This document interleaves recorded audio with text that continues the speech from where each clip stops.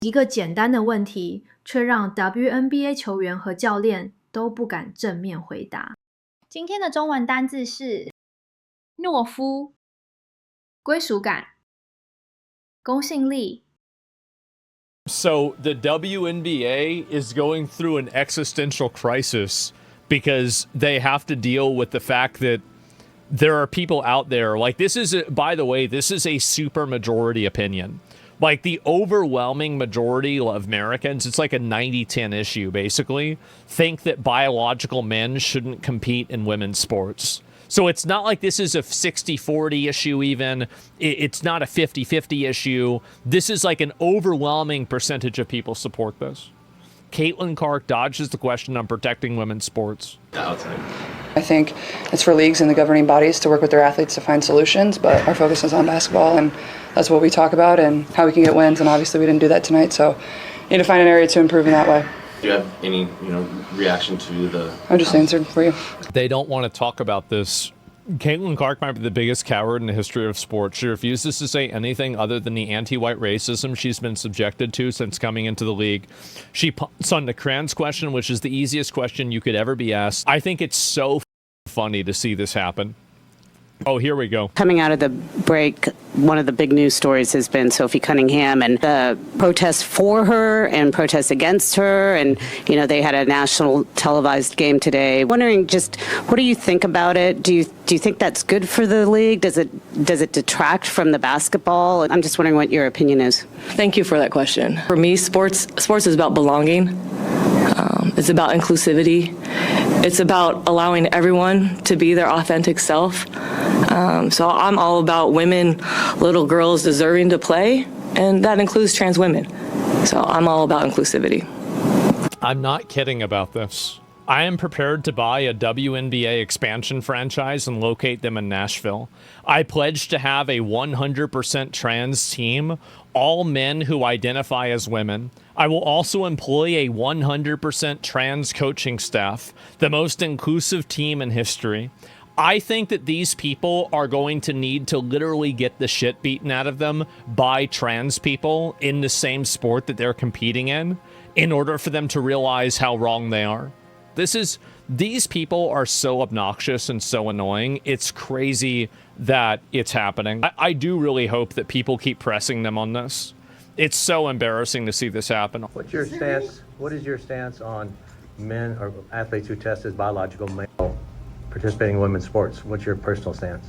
Yeah, I don't know that I would say that I'm educated enough from a scientific standpoint. I don't ever believe that exclusion is an answer. And when we think about various levels of sport, various governing bodies of sport and things that go into that, like I said, I'm not educated enough at the different levels. You have to have a scientific education to understand that a man has a genetic advantage over a woman. You have to be a scientist in order to understand this. Growing up, I played with the boys all the time. So there weren't girl sports. Would you welcome a biological male in WNBA? Again, it's like, I don't know. This is the reason why all of these people need to go.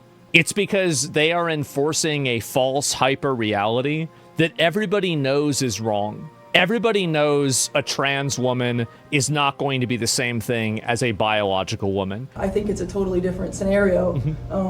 As I said, I'm not educated enough in terms of transgender and transitioning to give you a smart answer. I would say, though, that I just don't feel like exclusion is an answer. I think that people should keep pressing them on this, because this is one of the issues that is so extreme and so unpopular that you should force them to double down on it every single time, because it will totally destroy their credibility. In my opinion, the trans and sports thing is like one of the most corrosive and most toxic things for them. And you need to double down on this and press them on this over and over and over. When 2 years ago, we lost 7 WNBA coaches, right? They got fired because all of a sudden this money, became more, the WNBA blew up, valuations of franchises, right? In comes the NBA folks again, who had cast us aside for many years. In they come again, right? Now they want their franchises back. I would love for the NBA to have a larger pool for their head coach candidates and for them to be women of color. Why? Why would it be a thing that you would want women of color to be coaches in the NBA? These people need to get pressed on this, and you need to make this a national forefront issue. So I want to go ahead and expand a little bit on why this is so important. The reason why it's so important that this issue is pushed and pressed is because it shows a profound lack of understanding of reality and an adherence to a dogma and an ideological religious value that transcends reality, common practice, and every single person in the world's direct experience. Like, I always make the comparison with flat Earth. Would you vote for a person that believes in flat Earth theory? No, I would not. And why wouldn't you vote for that person? Because, like, really, does it matter whether the Earth is round or flat? No, it doesn't matter. But it indicates that this person's rational decision-making in their mind is compromised in a way that is so profound that you can't trust them to make good decisions on anything else besides that.